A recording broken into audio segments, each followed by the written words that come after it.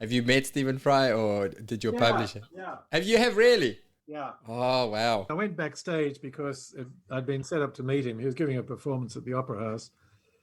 And as we drove there were fireworks going off. And in the green room afterwards, he said, I wonder what those fireworks were all about. And I said, no, they weren't fireworks, they were fryworks. And he looked at me as if I was an absolute sort of piss fart. Yeah.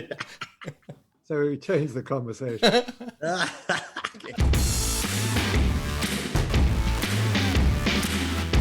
I'm Gerardo Pollard. I'm Hubert Hemstra, and this is the Vet Vault.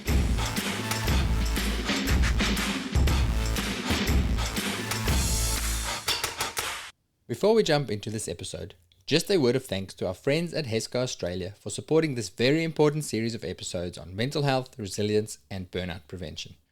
If you are trying to reimagine the way you run your in-house labs, as well as your digital radiography, and you really should, go to hesca.com.au to find out what is possible. Now, back to our guest. Professor Gordon Parker, AO, is a professor of psychology at the University of New South Wales. Now, if we had to list his awards and achievements, it would be a long introduction indeed, but here are a few. He's the founder of the Black Dog Institute and director of the Division of Psychiatry at the Prince of Wales and Prince Henry Hospitals. In 2004, he received a Citation Laureate as the Australian scientist most highly cited in psychiatry psychology, and in 2018, he was a finalist for New South Wales Senior Australian of the Year. Oh, and that little AO that I read after his name, I had to Google that one. That one stands for Order of Australia, which is something that is awarded for distinguished service of a high degree to Australia or humanity at large. He has published 20 books and over 1,000 scientific papers. And now, in 2021, he's a guest on the Vet Vault podcast. The other exciting thing that happened to Prof. Parker in 2021 is the publication of a new book on burnout. I say a book on burnout, but I think it's more appropriate to call it the book on burnout. Burnout, a guide to identifying burnout and pathways to recovery, encapsulates groundbreaking new research and clarifies what exactly burnout is, what it isn't, what the risk factors are, how to spot it, prevent it, and fix it. And these are exactly the topics that we cover in this conversation with Professor Parker. We are well aware that our profession is one of the highest risk professions for burnout, so arming ourselves with a better understanding about this nemesis is critical. So please enjoy Professor Gordon Parker. Welcome to the Vet Vault podcast. We are thrilled to have you. Thank you. It's a hot topic, burnout, and in our profession in veterinary science, it is something that's discussed a lot. We have high rates of career attrition of people joining the profession, and then, 5 years in, they chuck it all in and leave the profession. And a lot of people are saying burnout is playing a role in that. So we want to have a conversation and find out what you've learned through your experiences and what you can teach us, how to identify it, how to fix it, or at least how to prevent it. Gerardo, do you want to jump in with our first question? Yeah, man. Look, it's interesting to hear that that you experienced burnout. Is that right? Yes, I was aware of some symptoms of burnout, but they crept up on me and I wasn't actually sure what the hell was going on. And so I suspected burnout and I decided that I'd start reading on it and then start researching. And that chirped me up immensely. So you felt so amazing after reading about burnout that you were is that one of your strategies to a pathway for out? No, not quite like that. In fact, it's probably not the ideal strategy to pull yourself back into the same field which has been burning you out. But I guess you remember the king of Corinth, Sisyphus, who would pull a rock up the cave and it would roll back down again, and then he'd do another. And after decades of being a researcher in psychiatry, writing 30 papers a year and a book every couple of years, I really got to a stage where I was feeling as though here's another rock being pushed up and it's coming down again, here's another one, and so on and so forth. But I think what took me out of it was essentially finding a new field. My career as a research psychiatrist has been generally to say, what's the model that operates here? Is it valid? Can we improve on it? should we reject it? If we can improve on it, then how do we do that? And then how do we measure what's under inspection? And then how do we manage it? And I've done that for the mood disorders over the years, and I essentially did the same for burnout. I'm just curious, Gordon, the first thing that I personally struggle with, and again, because we talk about it all the time, and I'm a veterinarian and I know it's a relatively high-risk career, for personal reasons, I'm aware of it, like I'm on the lookout for these things sneaking up on you. But I'm still not sure what it actually looks like. And it's maybe a good place to start. In your experience for you, what did it look like specifically versus I'm just tired or I need a holiday or, I'm overworked or something? Well, let me, if you wouldn't mind, just starting with the dominant model and then expanding on what our research has led us to in terms of how to define burnout. So burnout, under the sort of auspices of a US psychologist in the 1980s, was defined by three features. And the same three features are used by the World Health Organization to define burnout, which they basically say is a syndrome reflecting workplace stresses. And the US researcher basically said that burnout is dominated by exhaustion, a lack of empathy, and thirdly, compromised work performance. And she and her colleagues then developed a measure called the Maslach Burnout Inventory, or the MBI, and that's been used in over 80% of publications to define burnout. In our research, which built on the experiences initially of some 1,200 people with burnout and then a second study of over 600, we give a big tick to exhaustion. Secondly, the loss of empathy, which has sometimes been called compassion fatigue, sounds as though people have lost the capacity to care for others, and therefore it sounds a bit judgmental. It's actually a broader construct than that. It's a loss of feeling tone, where you lack the joy to be in life. Even in socializing, you find only superficial pleasure. You find it difficult to be cheered up. Many people become quite insular and they avoid it. So it shouldn't, I think, be seen as loss of empathy. Certainly, I know many doctors who are experiencing burnout, and because they experience for the first time, they're actually more empathic towards their patients because they realize for the first time what people are suffering. So I think we need to challenge that loss of empathy and just say it's a loss of feeling tone. Okay. Of course, there's compromised work performance. That goes with the territory. Fourthly, there's impaired cognitive functioning. And what we find is people say, I can't memorize things as I used to. And I find when I read, I can't read in depth. I tend to scan. And if we look back at the early descriptions of burnout, and in the ancient days, it was called acedia, A-C-E-D-I-A. And it was one of the then 8 cardinal sins, because the monks would wake up, this is 300, 400 years AD, one day and say, the sky is no longer blue. I've lost my faith in God. I've lost my interest in looking after the flock. I feel that life is shallow and I feel a terrible person as a consequence. And as I say, it was regarded as a sin and punished. Only later did Pope Gregory come along and join acedia with trististia, which was depression, to create one composite bolus, which then confused depression with burnout, to create the 7 cardinal sins. But the point I'm making is that cognitive impairment was there in 300 AD as a key component of burnout, and yet it's missing from the modern triadic description. In addition to that, people, when asked about burnout, basically say, they use the word lack. I've got a lack of pleasure. I've got a lack of energy. I've got a lack of sleep, and so on and so forth. So despite feeling absolutely exhausted, most people with burnout find it's very difficult to sleep. In addition, there's emotional dysregulation, so that they're much more likely to experience anxiety and depression and irritability. And there can be increased physical symptoms. So in our book, we describe people who end up, one of our final vignettes is of a woman who just collapses when she gets to hospital. Her blood pressure is about 60/40, the pulse rate is 160, and the doctors have no idea what's going on.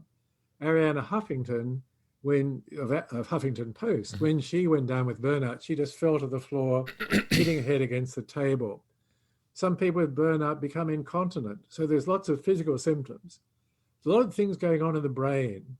Obviously, cortisol's involved, the sympathetic nervous system, but numerous parts of the brain shut down. Neurogenesis gets compromised, the telomeres get affected, and that I think accounts for the cognitive impairment that we see, all of which sounds pretty horrible, but I guess we'll get to the fact that these changes are correctable. So the point I'm making is that I think burnout has been inadequately defined for over 40 years with just this triadic definition. It's much broader than that. And then that leads to the risk of false positive diagnoses. The other aspect is that burnout has generally been considered to involve those in formal work.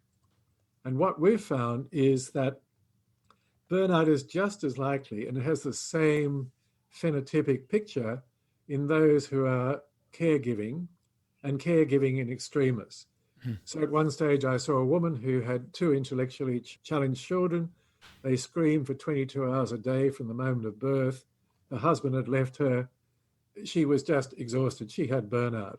So caregivers, those who are looking after young children, those who are looking after elderly parents who have limitations, those who are sandwich carers caught between demanding children and parents can also get it.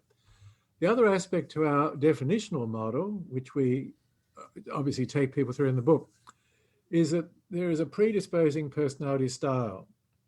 And basically the key component is that burnout generally affects good people, people who are reliable, dutiful, conscientious, and perfectionistic.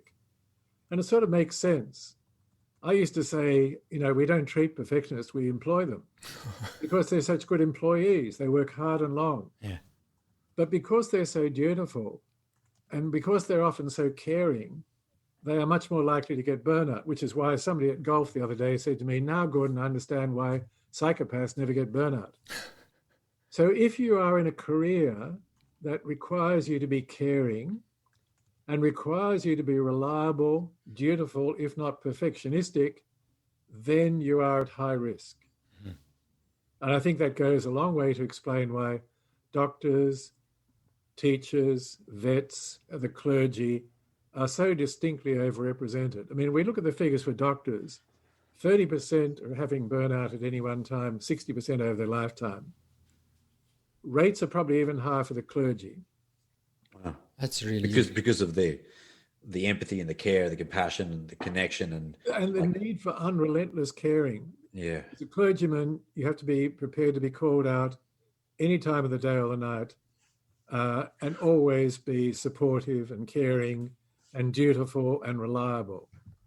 And you almost, if you just look at veterinary science for the way they select who gets to study veterinary science, by default, you have to be dutiful, responsible, hardworking, and generally, I think you'll have people who are more empathetic or caring because it's a caring profession. So we're basically saying, let's put on our selection criteria people at high risk for burnout, and then we work them really hard, and let's see what happens.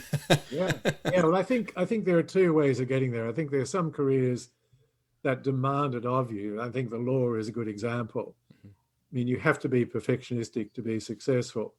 And there are other careers where you can start off with no particular personality style being overrepresented, but the career makes you perfectionistic. And again, medicine, yes, science, a whole series of other, particularly the caring professions.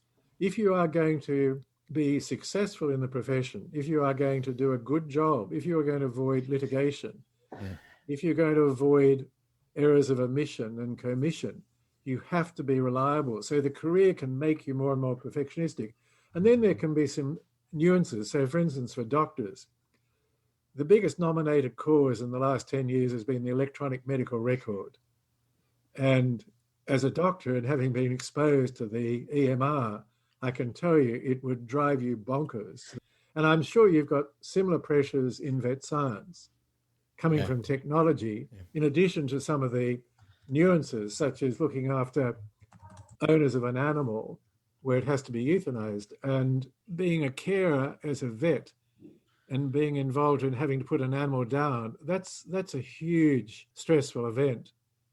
So in addition to your personal stress, if you have an owner who you see as distinctly distressed or maybe angry and you're having to defend yourself, that is a huge condition-specific stress that people go through. Are you, I don't know if you believe in the personality types and social styles and things like they got the driver, the expressive, the analytical, the amiable, that kind of probably common, but maybe not so accurate constructs of people's personalities. But kind of what you were describing there is what I would consider to be like amiable, would be caring, encouraging, kind of compassionate, cooperates, and, you know, wants to provide support. And in surveys, close to 80% of veterinarians are amiables. Is that something that would, like, is that in itself a potential that us as veterinarians are a high risk, or is it the environment that we're in? Or I don't think it's amiability in and of itself. Yeah. I think it's the other component that I was talking about, the caring aspect. Yeah. So most caring people are amiable. Yeah. So I think that's where the link comes from. It comes from the caring aspect of constantly putting out and putting yourself out to look after people. And of course, if you are, you know, interpersonally skilled as a professional, you should be amiable, cooperative, and effective. But the more you're giving out, the more you're draining away from your intrinsic energy capacity. Yep. You mentioned care and you mentioned that lack of empathy earlier. I want to dig into that a little bit. I do feel like to be able to do a caring job well, it really helps to be empathetic. But then there's a common phrase, and you mentioned it earlier, the compassion fatigue thing. Is that a different thing to burnout, or is it a component of burnout? Because I've certainly experienced it myself, where you work too many hours and you get to a point where you've seen 200 sick animals in the last week and you go, I actually don't care about this next dying animal. Or at least you can't muster the emotion for it. It's just another one. Yeah. Is that a component, or is it a separate thing, or what are we talking about? I think it's a component. The term compassion fatigue was introduced by a London nurse in the 1980s. And she was describing nurses on the front end of heavy duty, relentless pressure, usually emergency department nurses. And they would just describe a loss of empathy as well as usually exhaustion. So I think it's a component of burnout, but it's not in and of itself the definition of burnout. Yeah. I think from what you said earlier, it sounds to me like, because I've certainly had that where I lost that empathy at work, but I still had the joie de vivre that you said. I could still come home and be happy at home, or go for a walk and feel joyful, maybe just not in that situation. So is that where we draw the line to say, well, if you feel that at work, but you go home and you still don't give a shit about anything, is that when you start saying, well, maybe this is a case of burnout? It's hard to know what's actually going on there, but my speculation would be that people go through stages of burning out and of being burnt out.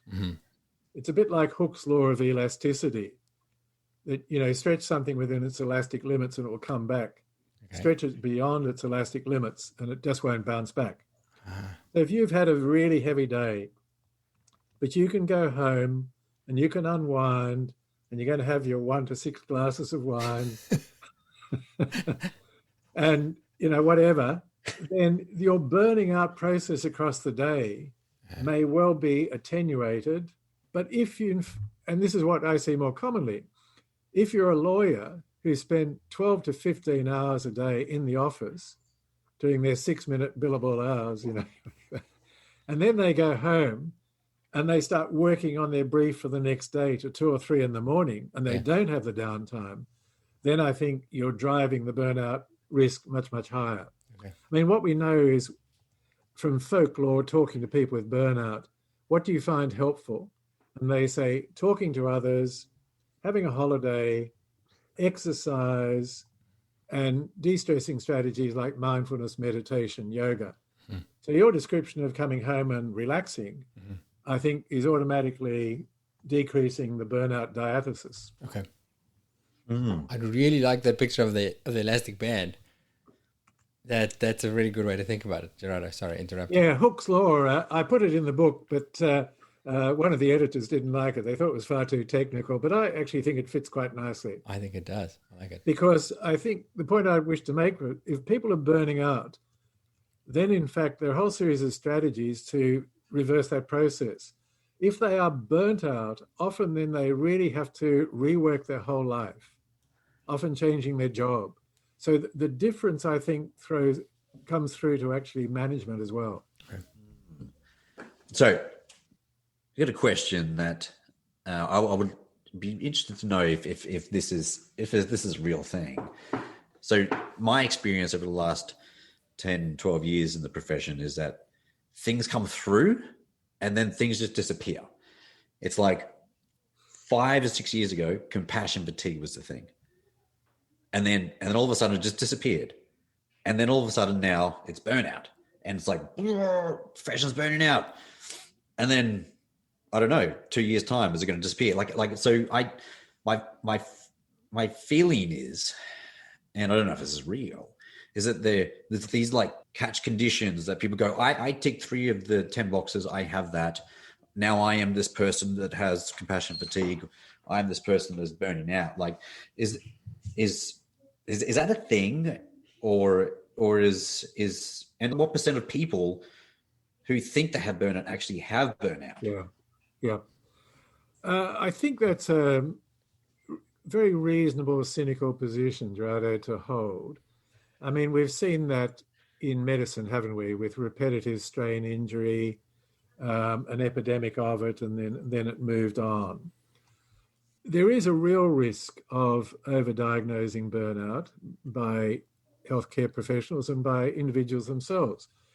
So in the book, we have a measure that we've developed called the Sydney Burnout Measure.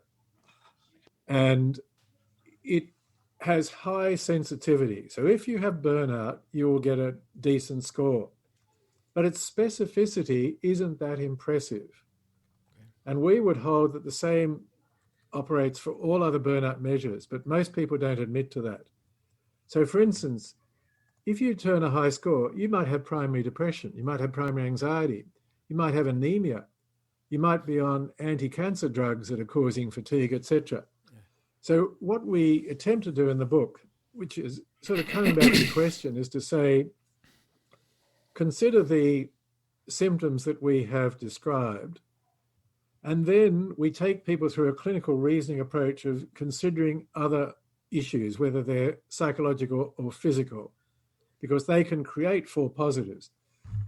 Even further in support of your concern, I gave you some data earlier about the prevalence of burnout in doctors.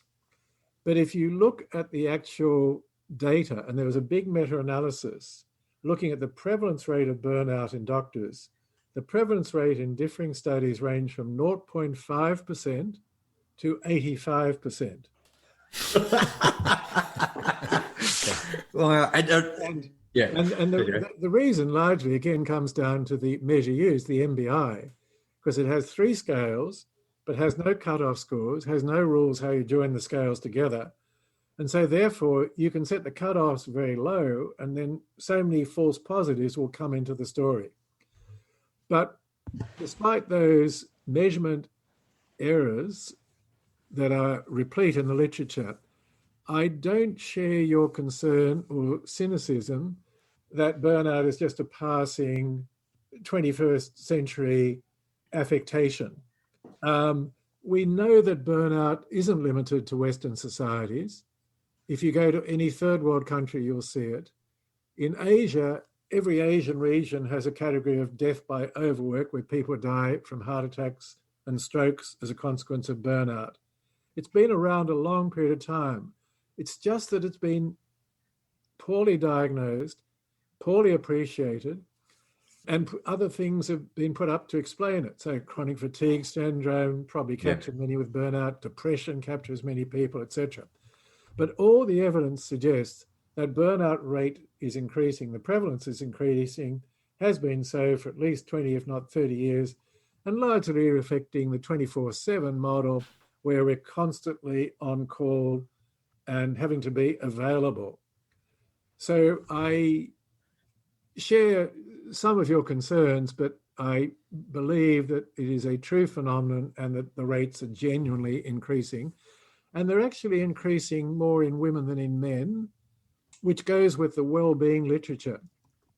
The well-being literature, basically said that when all the 20th century devices came into action, we'd all be happier and blah, blah, blah, blah. Over the last 30 years, every study has shown well-being levels haven't changed in men over the decades, but in every country they've decreased for women.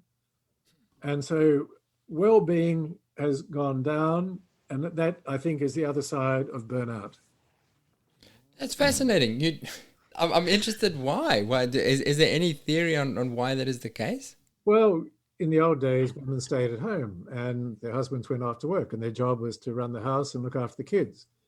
Now the requirement is that they're out there working, and they're having just as successful a career as a husband.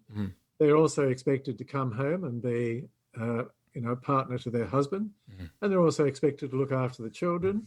And if there are any elderly relatives, particularly failing or flailing, they're also expected to look after them. Yeah. So the general model is that women are having to have 2, if not 3 careers in comparison to their husband. Yeah. So explaining, the burnout phenomenon increase further, and why it's more common in women, and why it's extremely common in those who are highly, highly, highly caring. I just make another point about the well-being paradox. If you read positive psychology, and I've followed it fairly closely for the last few decades, it was held that having a job was better than having no job. Having a career was better than having a job. Having a calling was better than having a career. It all sounds very good. The higher you go up the hierarchy, the better. But basically what you find is the higher you go up the hierarchy, the greater the level of burnout. And so in the book, I look at carers in particular, and as part of that, I decided I'd look at the ultimate carer, Mother Teresa. And after she died, they found some letters that she'd written a few years before her death, where she talked about how she'd lost her faith in God. And, the sun no longer shone. She had the old-fashioned acedia. She had burnout, but she did not know it was burnout. She thought that she had lost her faith in God and that she was a terrible sinner. Now, that is so poignantly tragic. But the point I'm making is those who get more and more involved in high caring are at risk of burnout. And women are more likely than men to fall into that description. And they're more likely if they're caring people. And as Gerardo said, amiable people. It's a very, very important conversation. I'm not sure if you're aware, but veterinary science is becoming increasingly female dominated. There's more and more. What would be the percentage? 90%. 90% female. Yeah, so it is. It used to be 100% male. Then it was maybe 3 decades ago when Hubert graduated. It was maybe 90% male, but now it's flipped completely. But it wasn't just 100% male. You had to be male and also play for the Wallabies as well. Oh, yes. It was male and play rugby. I'm fairly certain, I'm 100% certain that was it. You're male and you play for rugby because no one plays cricket as a veterinarian. No, and I grew up in a family like that. My mom both my parents are medical doctors. But it was exactly that scenario. It was still the 1980s in South Africa. So mom had a full-time job, but was also meant to be mom and the primary housekeeper and was in charge of us and miraculously did it. And to my knowledge, never had burnout, but maybe she never admitted to it. Did you play rugby? Yes, but I wasn't. Did you play rugby? You play rugby, Hubert? Yeah, badly though. I'm with Gordon. I did it for the social side, but Oh yeah, that's right. And I was researching with an academic vet 40 years ago, and I remember going to the University of Sydney gala day one weekend, and they had competitions where you had to milk a wild cow, and there was a sort of a lottie chase where lotties were hidden under moo poo. And then there was an athletic event where you had to eat 3 cold pies and drink 6 glasses of warm beer, and then run 5 kilometers and then leap over a long jump, which was full of moo poo. And every vet's was a male then. So there's been this huge change, obviously, in your profession. Uh-huh. I don't know if it's changed that much regarding that. There's still rituals of first year vet students. So if I have identified the electronic medical record as one of the key drivers for doctors, what do you guys think are the key drivers for burnout in the profession? So if you say electronic record, do you mean record keeping on a computer? No, basically electronic medical record means when a patient comes into the hospital, you then have to fill out field after field of information. If you're a psychiatrist seeing somebody for half an hour, during that 30 minutes, instead of looking at the patient, you're on the computer the whole time. Yeah. And you're having to put in information that takes 20 minutes out of the 30 to get it in. Yeah. It just drives people crazy. And of course, lawyers love it because if you miss one field and something goes wrong, then you're in difficulty. So are there equivalent technology aspects of being a vet that drive the burnout scenario? That's really interesting. You mentioned the note taking. Sorry, I interrupted you, but yes, we have exactly the same. It is we have to keep notes, and I'll come back to a theory that I have, and not necessarily. I've never thought of it in terms of burnout, but certainly in terms of lack of job and career enjoyment. But yes, we have that. And interestingly enough, one of our previous guests, when we spoke to Ivan Gerardo, and we talked about burnout as well. He's done some research into veterinary burnout specifically. And when he talked about his career as a young vet and how he explained it, I have the quote. He said, you're sitting there, you're doing this to work, and then you're sitting there for hours afterwards doing these effing notes that nobody's going to read, but when they read it, you're going to end up in court. And you build this resentment, and you go, why am I doing this? This is not veterinary science. This is just freaking note-taking. We out of it. So we used to do, I used to do 18, 20-hour shifts. The longest shift I've done was 22 hours. And 7 hours of that was just typing records. And I can understand why, because we're seeing other people's patients. So clearly you have to have good notes. But it does reduce my enjoyment of the job for sure. Yeah. And I have this theory that I'm building about heart-based veterinary practice. So doing it for the love of, or for the enjoyment, or for the service, versus the way we could practice, which is more fear-based, where we practice from what's going to go wrong if I stuff up, or I've got to cover up by doing these thorough notes. And it's, to me, there's definitely a link there with how much I enjoy my work. Am I doing it because I want to help somebody, or am I thinking about how can I stuff this up and how should I cover myself, basically? Or are you actually spending the time doing the things you love? Yeah. Surgery, diagnosing, treating patients, communicating with clients, but then knowing that at the back end of that, because if I see so many patients, it's going to exponentially increase the number of hours I'm going to see you typing notes where I'm falling asleep. Yeah. What about other factors, Gerardo? Are there other things that you think of? Top of head, I think there's just a higher expectation of vets, even in the 20 years of my career. 20 years ago, our clients were a lot more, that's all right, something went wrong, there's no worries, we'll get a new dog.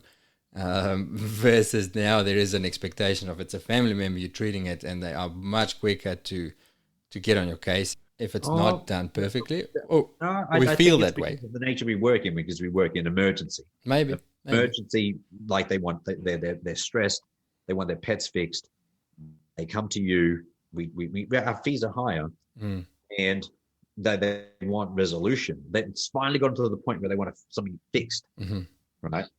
Whereas if we said, we're not too sure, go back to your primary vet, and they do an x-ray, they see a foreign body, all of a sudden they're like, why? I went to the emergency last night, why did I didn't do it? I think there is an extra layer of unforgivingness, maybe, or a certain layer of in our specific area. And patients more litigious?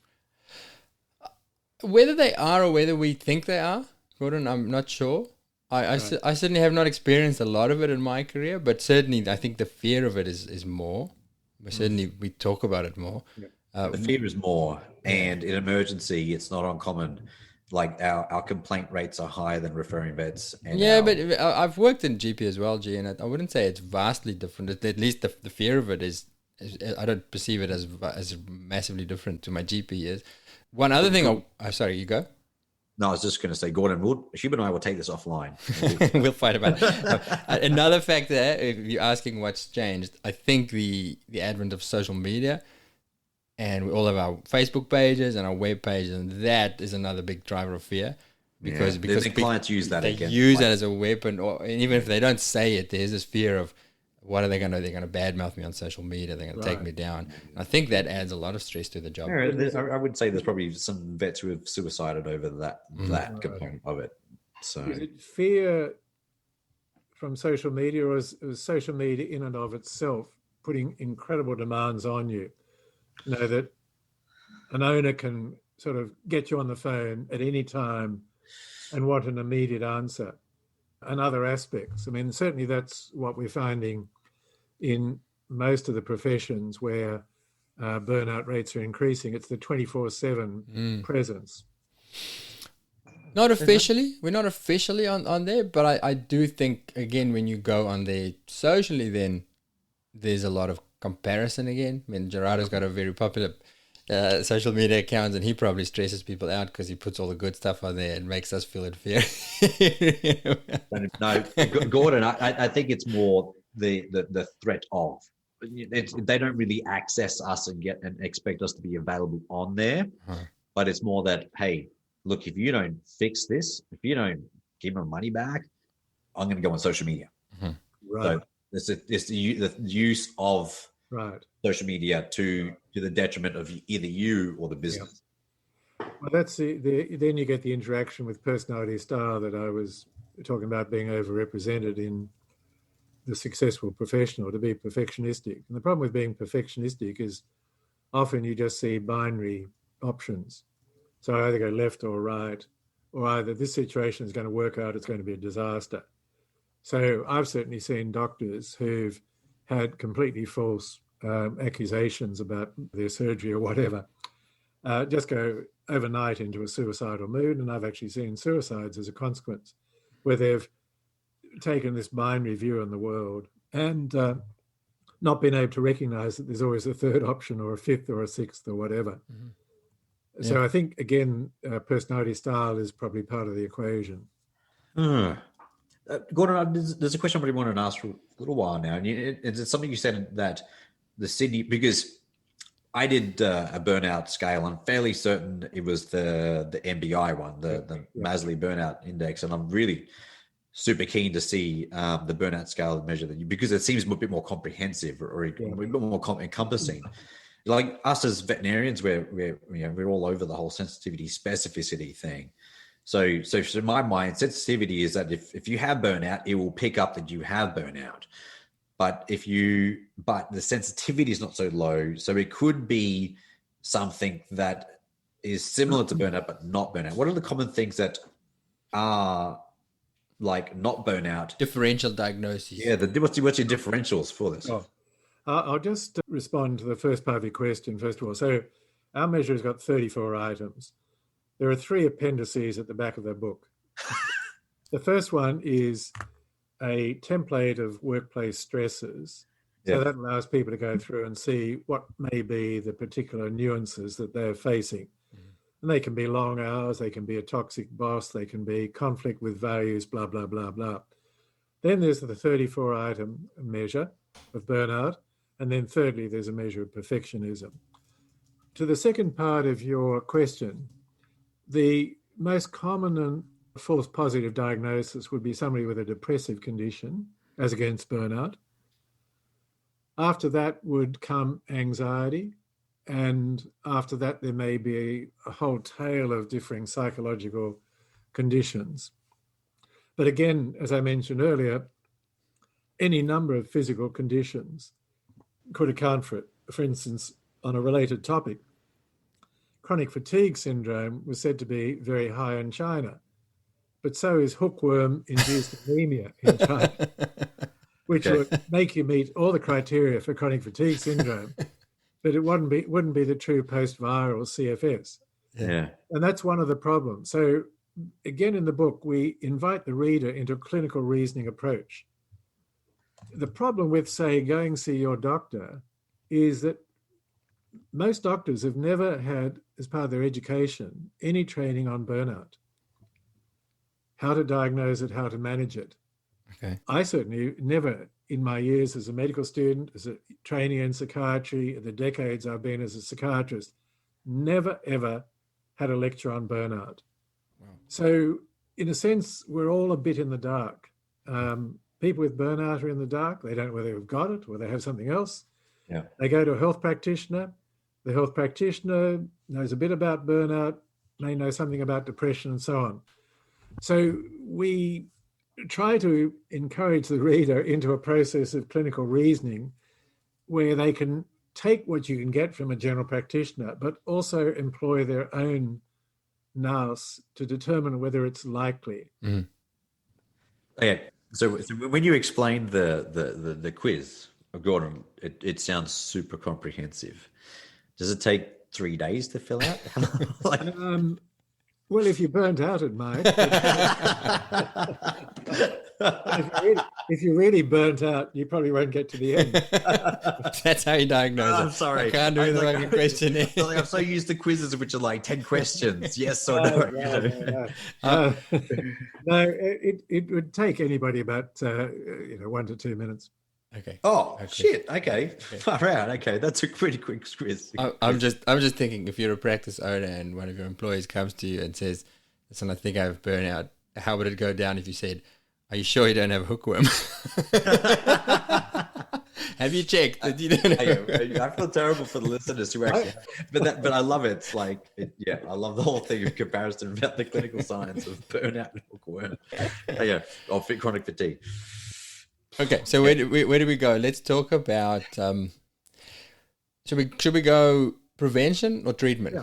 Let's talk about prevention. So let's say you do the quiz, or you think, well, this happened to me earlier this year. I had major changes. I sold a business, started new jobs, moved interstate, trying to start a new business, 100 things, and there were days where I thought, okay, I'm at my edge. I don't think I'm burned out, but I'm really at the edge of, I think, what I can take. Something's going to give if I don't change.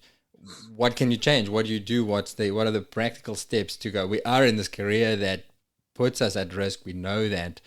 What do we do to prevent it? Well, the book has inside-out information. By that, I mean the lived experience of people who've had burnout and what they've found helpful. And then we've got outside-in information where we've looked at the literature and we extrapolate, we look at how well it informs us, and then we try to join the two worlds together. Mm-hmm.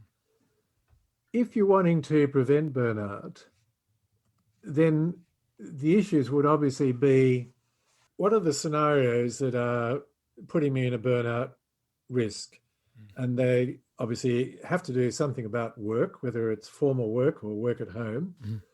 And then you nuance it. Is it the hours? Is it the demand characteristics of the work? Is it that I'm on my own? Is it that I've got a toxic environment? You work that out, and then you consider how you may be able to modify that or not.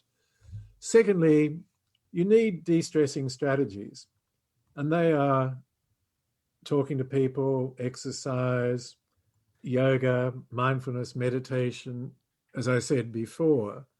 But in addition, looking at how you live your 24 hours a day existence. Mm-hmm. What time do you go on your computer? What time do you turn your phone on? What time do you turn them off at night? In the book, we have Americans describing how taking a pee for longer than 2 seconds drives them crazy. And how, people read bedtime stories to their kids while they're on their emails and their phones at the same time. So that 24/7 pressure which can be relentless and can be encouraged, obviously, by multinational corporations, but even amongst the professions, we're being caught up in it. As an aspect of prevention and also an aspect of management, if not treatment, you have to look at all those components and then say, what do I need to cut back? And we've got a wonderful vignette there from Petrea King. Petrea King, extraordinary human being who set up Quest for Life organization, where people go who are dying, or people who are dealing with dying relatives, or who have cancer or have anxiety, have depression, have burnout, and they get great interventions. Petrea tells her personal story, how she'd faced all sorts of incredible pressures growing up. Then she developed cancer, was told she'd be dead in a couple of years. She went off and meditated and came back and found the cancer was gone. And then she decided that she'd try and save multiple people with multiple conditions. At that stage, HIV was coming up to being a big epidemic. She was seeing people from 7 in the morning to 7 at night, not having time to have a glass of water. She was seeing people at night. If there was somebody dying, she'd often go to their home just to be with them, to console them. And on the weekends, she was going off and visiting wards where people were dying of HIV. And she got burnt out. So she tells the personal story. And then she decided how to restructure her life. How to say that I shouldn't be doing things to trying to save everybody. I've also got to save myself. Mm-hmm. And she reprioritized many objectives. That also takes us into the territory of perfectionism, because perfectionists always want to have everything right. Good enough is not good enough. Mm-hmm. And if you're going to prevent burnout, and if you are a perfectionist, then you really do need to see how you should modulate your level of perfectionism. And is that tied in with imposter syndrome? No, I don't think so. Okay. I think imposter syndrome more comes from where you have a sense of inferiority. Yeah. And somehow you've ridden higher on the hierarchy than you think you deserve. And you're carrying a sort of level of guilt, imposter, whatever. So I don't think there's a correlation there, no. Okay. Because some people will talk about perfectionism being an aspect of imposter syndrome, where they feel like as if they're above where they should be. So then they have to know more, and then they won't do anything until they know enough. And then they become perfectionist around that kind of. Yeah, but I think there's another 50% that are the other direction, where they don't think they're good enough and therefore they have to work harder and harder. Yeah. So is there strategies, is there tools, are there, I don't know, ways that are more effective at reducing burnout? Like you talked about, like holiday exercise, mindfulness, yoga, relaxing, drinking 1 to 6 wines per night. Are there, or talking to others? Yeah, okay. But are there which one of those? Do you know which ones are better, or do you have an idea which ones are better, or is it? Well, there was a meta-analysis of treatments for burnout, and they looked at several hundred papers. They culled them down to those that met basic criteria. There are only 14 studies. And basically, those studies really weren't sufficient to come to any conclusions. Okay. So what we've done, as I've mentioned earlier, we value the lived experience, what people with burnout found to be effective, and we build that in. And then we also have looked at some selected literature. For instance, there was a very interesting book written by a Sydney journalist who had burnout, and she did mindfulness for a year, and she had herself hooked up to everything you could think of, measuring cortisol levels, brain MRI, all sorts of things. And basically, over the year, all the structural and functional changes in her brain settled with meditation, mindfulness meditation, including the length of her telomeres, which were going to dictate her longevity. So mindfulness meditation looks really good. But on the other hand, I know people who say it bores me crazy. And they'll say, well, look, no, yoga is better. For me, mindfulness doesn't fit with my personality. But if I go out on a golf course, I think I get to a degree of mindfulness there. I'm completely unaware of anybody on the tee next to me. and nature is all around me. So I think that you again have to tweak your personality to the de-stressing strategy. And again, a key point in the book is not a one-size-fits-all model. If you go on Google and look up books on burnout, you'll see 70 books. And the great majority of them are written by somebody who's had burnout, and they've got a simple model that they drop over it. And it comes through as a sort of preaching type statement. So I think we've got to say it's a horses for courses model where you have to factor in what is possible, what is changeable, where your personality is, and then take the best of the wisdom. So for instance, for decades, I've gone up to psychologists because I'm no good at treating perfectionists. I've never been greatly successful. And I go up every couple of years and say to a good psychologist, what are your strategies? And I've never been persuaded over decades. But in the book, we abstract from 2 really good US texts with practical strategies for handling perfectionism. And then we've asked a Sydney psychologist, Rocco Crino, to write his template. And for the first time, I see common sense as to how to manage perfectionism. And it's not too ambitious. It gives people goals that are achievable, how to tweak things, practical strategies.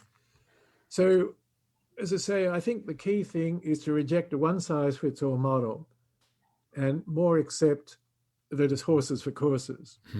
So would it be like someone has to try things, they have to try different things, see what works for them. It's kind of like their performance formula. This is their burnout avoidance formula. And Absolutely. And I think that you've got to preempt people feeling that they're failures.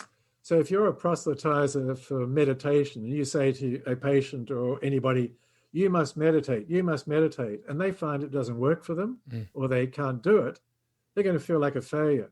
So basically, I think it's better to say, these are the options. Try one of these first and see if it works for you. If that doesn't, try this, then try that. And that's not being, I don't think it's being too loose. I think it's pragmatic and it's practical and it's realistic, because some people love mindfulness, some people can't stand it.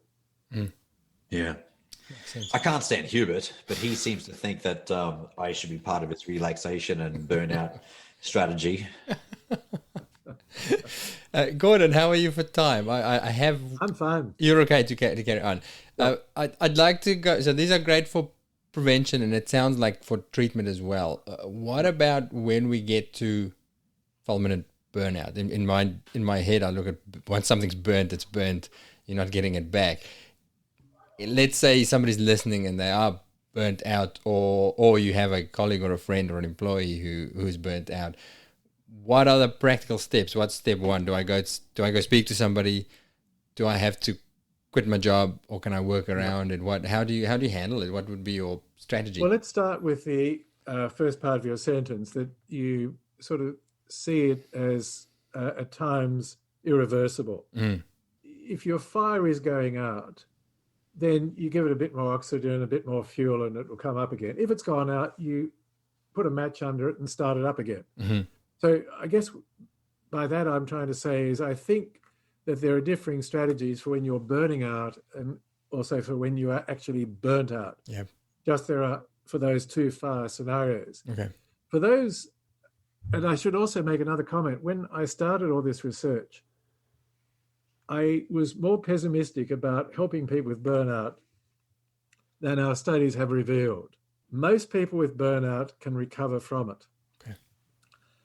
If you get to a stage where you're absolutely burnt out, then sometimes people do have to change their life. So I've seen surgeons who've taken up a totally different career. Some people, it's a matter of, changing, moving from the big city, becoming a sea changer or whatever. So sometimes it does require cataclysmic change in people's lives, but that's only actually a small percentage. The people that do that, and all the literature on sea change is actually quite illuminating. 80% of people who do a sea change will say, it's worked out well for me. I have less money, but in fact, quality of my life is better. So it's a more optimistic scenario than one might imagine. And most people are in a stage of burning out. Where I get difficulty is where I get public servants, usually from Canberra, and they're in a department where their boss is screwing them and it's toxic, and they're reliable and they're conscientious and they've contacted HR, and HR is working for the boss, not working for the man. And every step they take, they're being screwed right, left, and centre. And if that game goes on too long, not only are they burnt out, they're horribly depressed, and they end up on a disability pension. And to my mind, giving somebody in that situation a disability pension is a metaphor for saying your life is over. So what I try to do in those scenarios is to get them out of the game, the toxic game, tell them to cut their losses. And that's really hard if you've got a reliable, dutiful, conscientious person who has genuinely done a good job and they're being screwed. But in toxic workplaces, then I think frequently that is the best strategy. Otherwise, it goes downhill, downhill, downhill. So I'm not sure there would be equivalent scenarios in the veterinary science world. There may be, where you have to actually encourage the person to be prized out of the toxic environment. Maybe it gets to the point that you are burnt out, that you leave the place where you're at and then go elsewhere and have time out or whatever it may be. I would say that there are environments that some of our profession are in that are causing them burnt out. To answer your question, Gordon, absolutely is the case for many people in our profession. Unfortunately, many practice owners aren't trained to be leaders. So they, by default, often we do end up in situations exactly like that. This is where the individual, I think, needs good counselling, because sometimes when they get to that cataclysmic stage, they can make a disastrously poor decision, whether it's to go on the pension or whether it's to walk out of the place and lose all their entitlements, whether it's to take no job at all. So good counselling, and you as the counsellor being an advocate. So, frequently when I get somebody who's being screwed in a burnout situation, and the employer starts sending me formal letters, I get back with a fairly simple message. This person has burnout, which is entirely due to the work scenario, and I go through A, B, C, D, that this person is experiencing. If you genuinely wish to help this person, then you need to do A, B, C, and D. So I try to get it back to the people who are doing the shafting, rather than let the patient be constantly sidelined or denigrated or exposed to other toxic forces. So sometimes I think you need to be an advocate, and many times you need to prevent the sufferer from making a impetuous decision that they may regret forever. Yeah. Man, this is amazing. Gordon, I'm mindful of your time.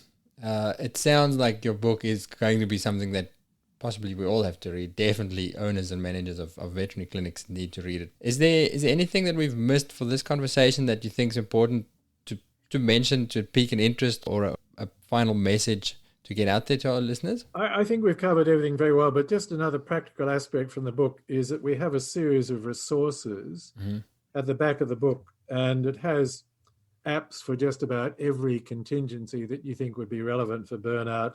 Wow. Whether it's for reducing stress, whether it's fitting something on your phone that will prevent you being harassed, whether it's for perfectionism. There's a whole series of these very practical apps. So even though I've argued that technology is infiltrating our existence, we're sort of coming back by saying, but also there are aspects of technology that can help you out of burnout. Yeah, I often look at that dichotomy going, it's a big part of the problem, but there are some solutions in there as well. Yeah. Gerardo, will you give us the title of the book again? I will definitely put it in the show notes as well. I'll give you the title of the book because I'm currently buying it right now. I'm literally on Booktopia buying the book, and it's called Burnout, A Guide to Identifying Burnout and Pathways to Recovery by Gordon Parker, who was our guest tonight. That was incredible. That was really good. Thank you, Gerardo. Thank you, Judith.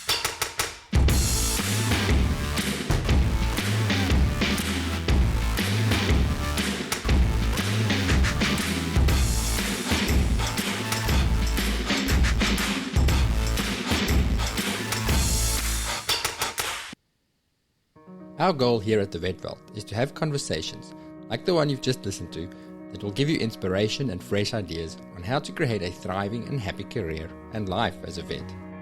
You'll know by now that our focus is on the life skills that we need to navigate this challenging and rewarding profession of ours.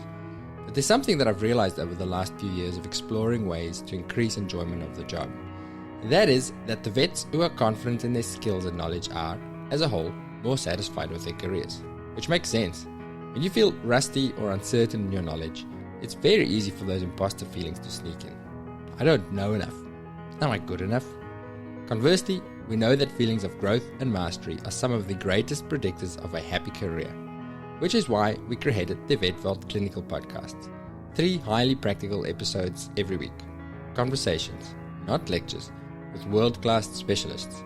Tips, updates, real insights, not textbook theory.